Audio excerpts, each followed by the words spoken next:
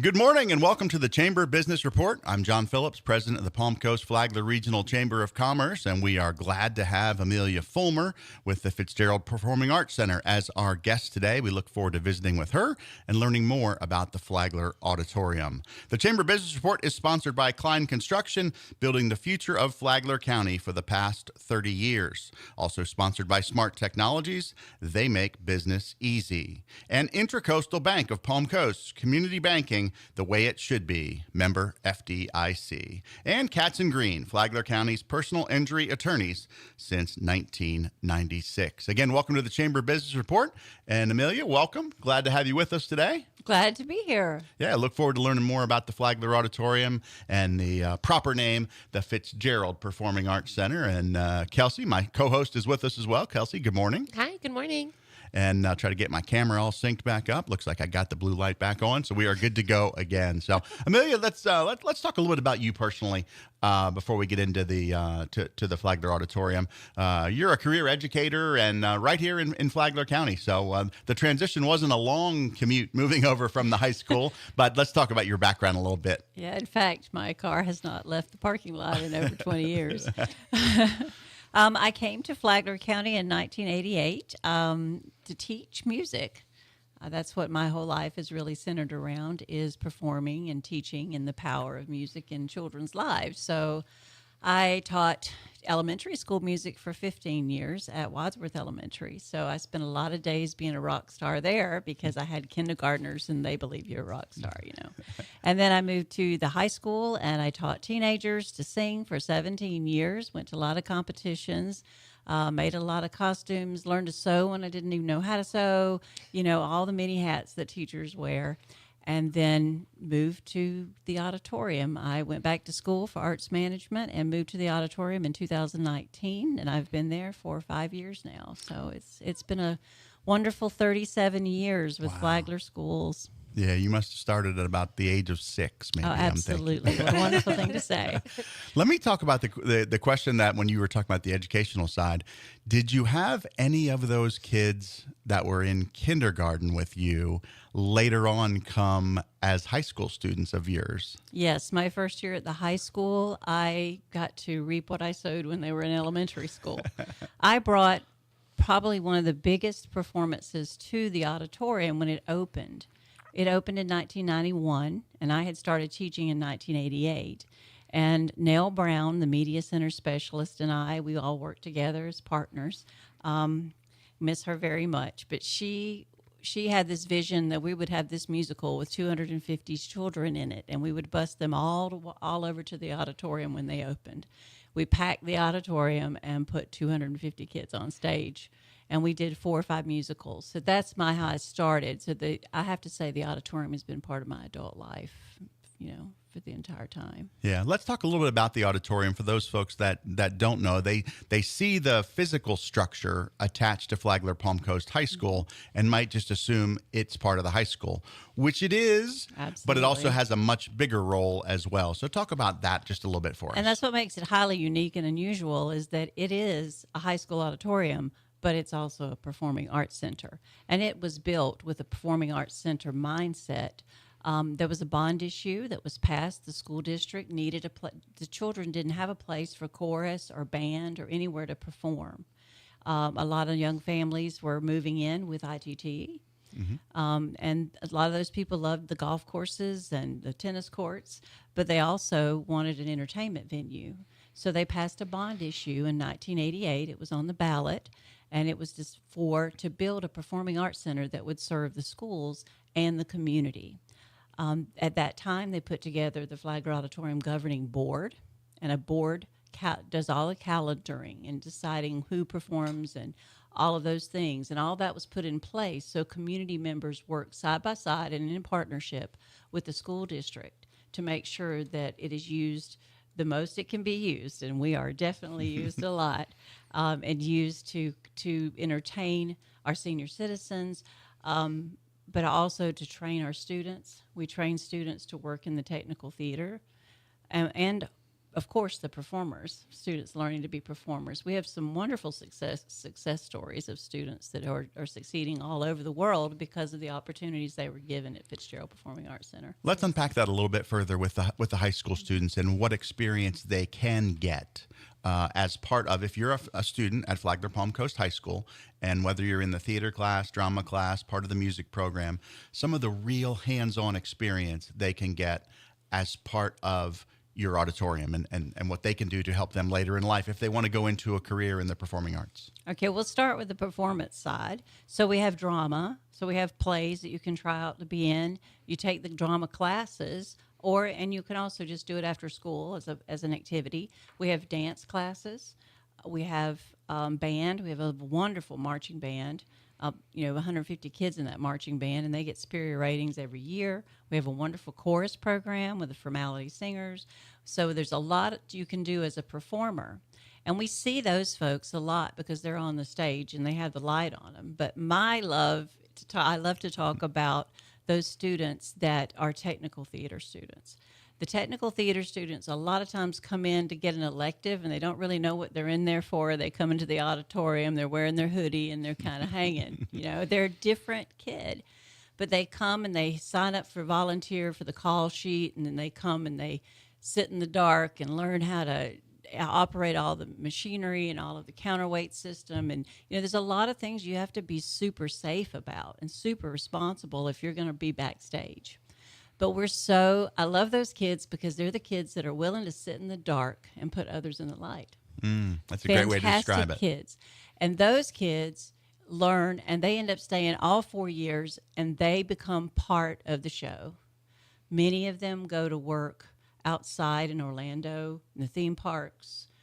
Just 2 weeks ago, we met with Norwegian Cruise Lines. I met with we had a Zoom call with the technical director of all 32 cruise ships for NCL, and telling those kids, look, with your experiences here, as long as you can answer all the questions we have to ask you about sound engineering and spotlights, you can come right on the ship and work as a technician right away, right out of high school. That's amazing. Oh, that's awesome. And we have students that they do the fireworks at Epcot, SeaWorld. We have students that own their own production companies building sets. So it's incredible. That's a success story that doesn't always get told, because it's great to see. We have David Sotomayor, who grew up with us, who's now the musical director of Tootsie, and he travels with a Broadway touring show all over the world as a musical director. And we see those people a lot of times, but we forget that there's a whole lot of kids coming right out of here if they can just find their way to a venue.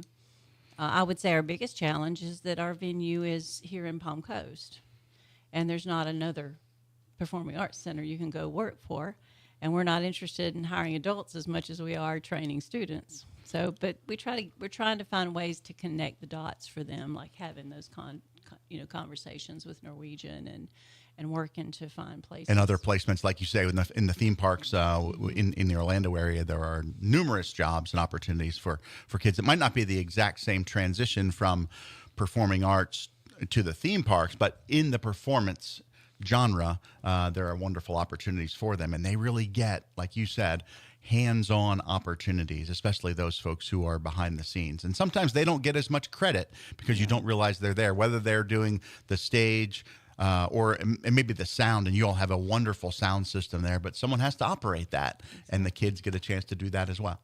Right, and the young man that we have working for us as the assistant director right now, he actually was certified on our D-Live machine when he was in the 10th grade. And he left and went to work for another company in Gainesville, loading in shows all over the state. He traveled a lot, and then he's back with us working as our audio engineer. So it's amazing what they can do. He actually mixed the sound for Marilyn McCoo and Billy Davis when they were at our show. So they get a taste. And I'll have to say, the artists that come in, the professionals that come in, they love working with the students, and they remember when they were younger. And it's just a really nice relationship. And so I just wanted to make sure I pointed those kids out, because they are the ones that really run the theater.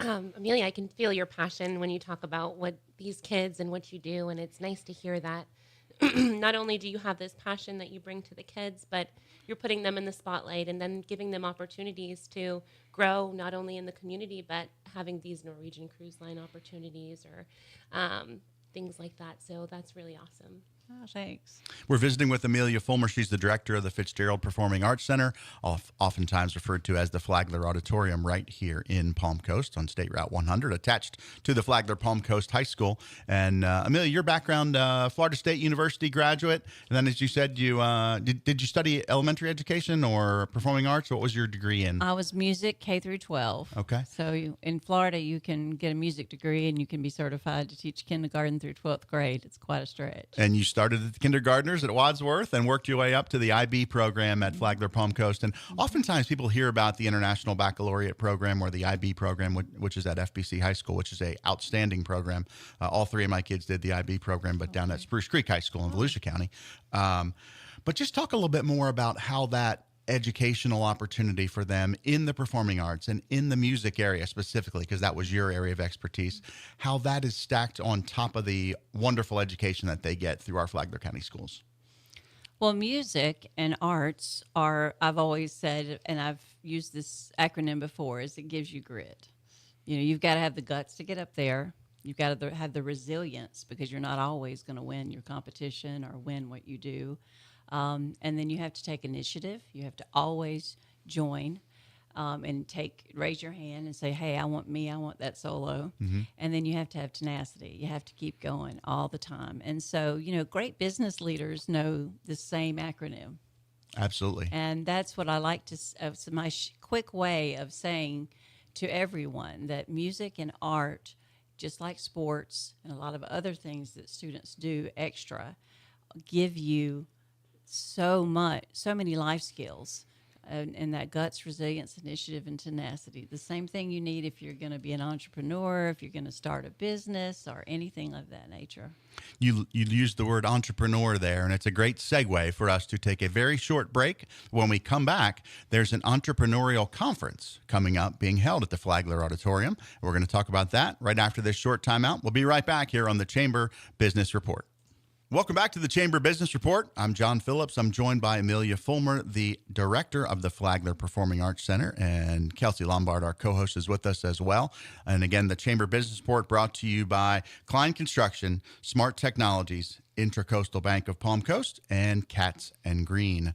Amelia, we're talking about an upcoming event that the Chamber is certainly playing a big role in, and we also want to talk about your performance schedule coming up later this year as well. But let's start with the Business and Entrepreneur Conference coming up on June 20th. I'll give a little bit of some information about it, and then again, appreciate your support to being able to use your venue. It's going to be an outstanding opportunity for us. We have three great speakers coming in as part of the Business and Entrepreneur Conference. We're going to kick it off with someone who is a wonderful speaker, and a lot of folks will be like, why are you bringing a basketball coach into a business conference? But if you've never seen Steve Ritter speak, I can guarantee you were in for a treat. He's not going to talk about basketball very much on June 20th. What he's going to talk about is leadership and culture building, which is something that he's used to build an outstanding basketball program at Embry-Riddle. It's not all about the type of zone defense or man-to-man defense that you're playing. It's about culture and leadership and building a wonderful team. He'll kick us off, and then we've got Remy Chukwunyeri coming all the way from Nigeria. He is a personal friend of Dr. Alvin Jackson, the city manager of Benel,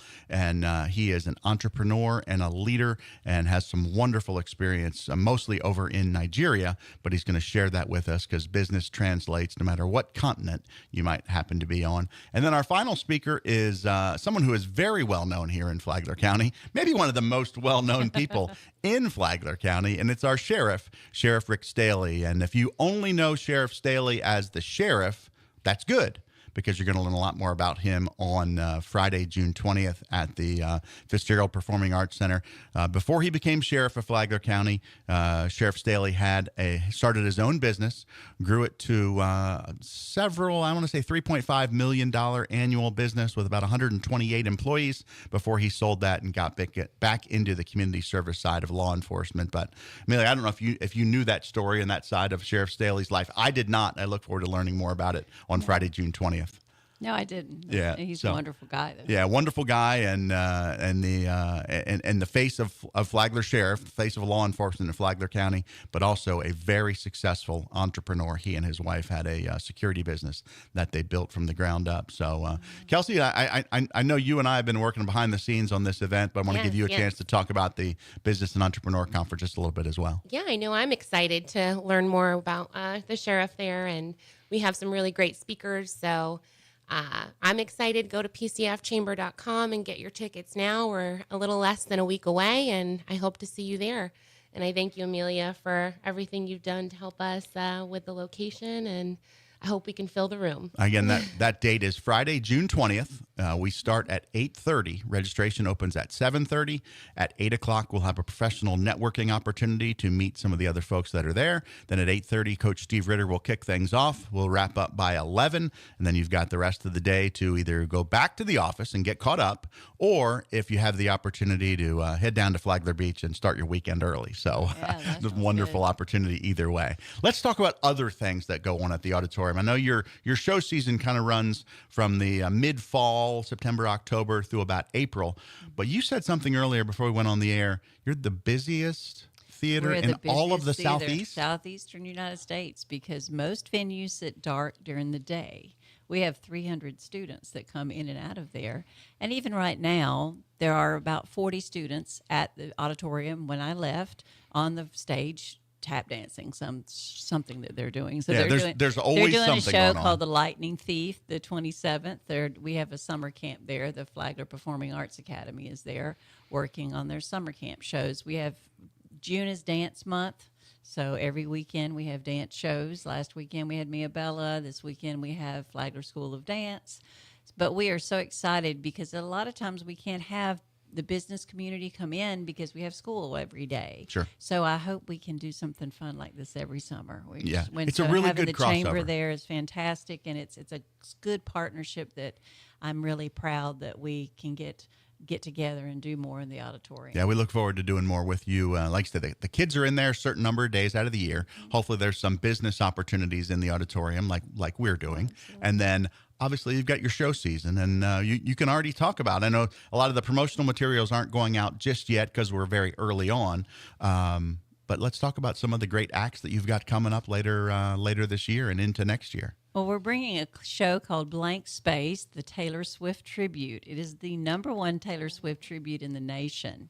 It's not just a girl that sings like Taylor Swift. She comes with an entirely produced show. They will bring a semi in and bring the show in. They even bring their own lights. They bring 6 dancers, full live band. So we're really excited about that. Those tickets go on sale July 4th. We're going to do some VIP packages where you can meet and greet and get your picture made with the quote Taylor Swift. Mm-hmm. So we're excited about that because we don't do a lot of things for tweens and kids. So we're trying to get the word out. So if you know any young influencers, tell them to give me a call. Oh, yeah, that seems like it's going to be really popular. We have a lot of Taylor Swift fans.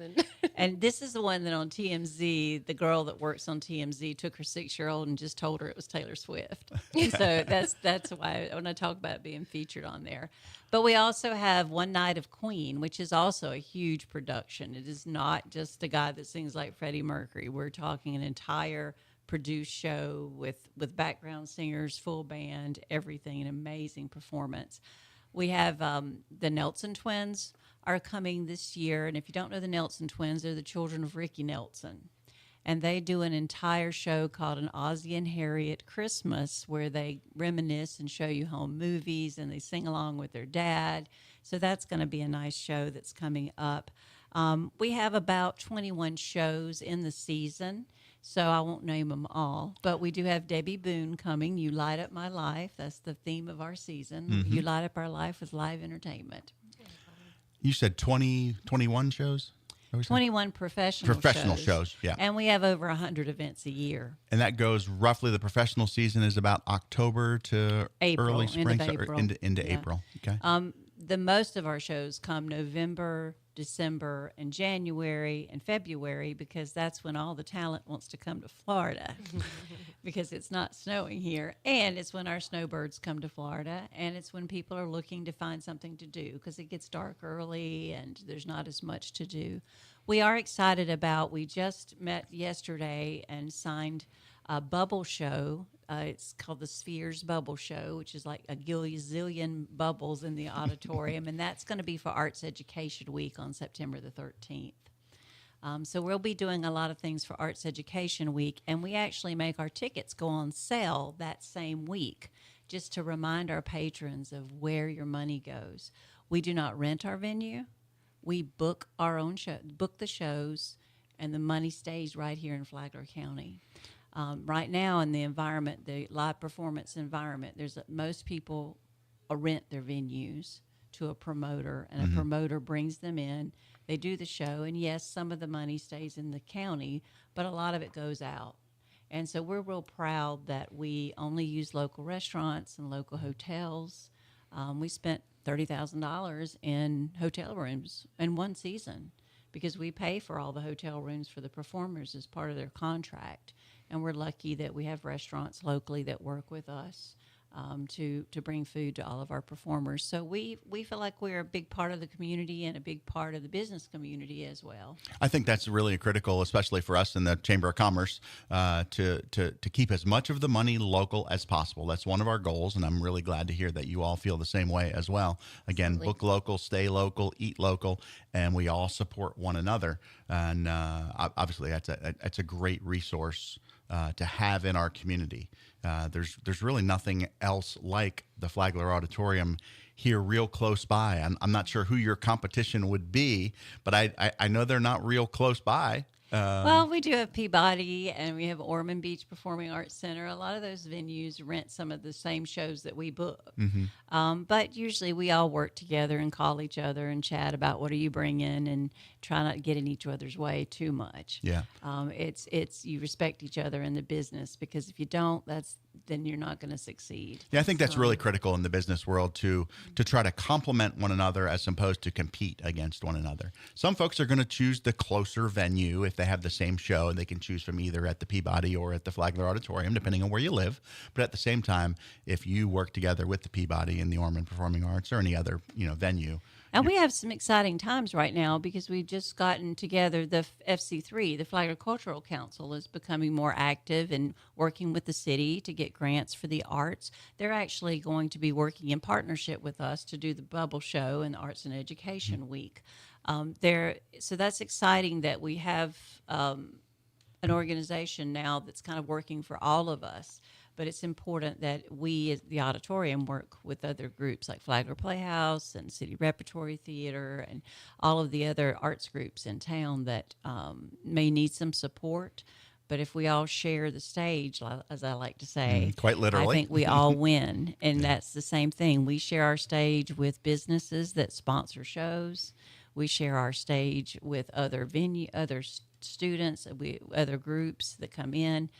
So it's a neat place. There's a lot. We're very unique in that we have high school students working as stagehands. There's only 2 high schools in the state of Florida that do that. They don't have certifications for it for the school district because they don't have that in most high schools. But we just go out and find jobs for them. Yeah. Creating opportunity. I love it. Exactly. If somebody wanted to check out the show schedule, is it posted on your website? It's not up yet, but Okay. I want you to go to our website, though, Fitzgerald Performing Arts Center, and keep your eye on it because we're going to start by probably the end of next week. You're going to see some shows All right. showing So up on there. coming soon, the performance schedule at the Fitzgerald website, and also tickets you mentioned for the for Taylor Swift, July 4th. July 4th. So that's not too far away. No, it's that's not. Just a couple weeks. We've got a ticker going on that one. If you go there to buy tickets, you'll see a countdown ticker of when you can buy tickets because we only are going to sell 50 VIP tickets. That's first 10 rows and meet Taylor Swift tribute I got to get ready then and get, my daughter's definitely going to want to be there. You better get. We're going to have a good see. I've already got bracelets we're handing out. We're nice. ready. We're getting ready to go. Well, we will look forward to learning more about it, seeing the show schedule when it's released, and again, July 4th, the Taylor Swift tickets will go on sale for the Taylor Swift tribute at the Flagler Auditorium. So thanks to Amelia Fulmer with the Fitzgerald Performing Arts Center, also known as Flagler Auditorium. Again, this is the Chamber Business Report. I'm John Phillips for Kelsie Lombard. Enjoy the rest of your Saturday.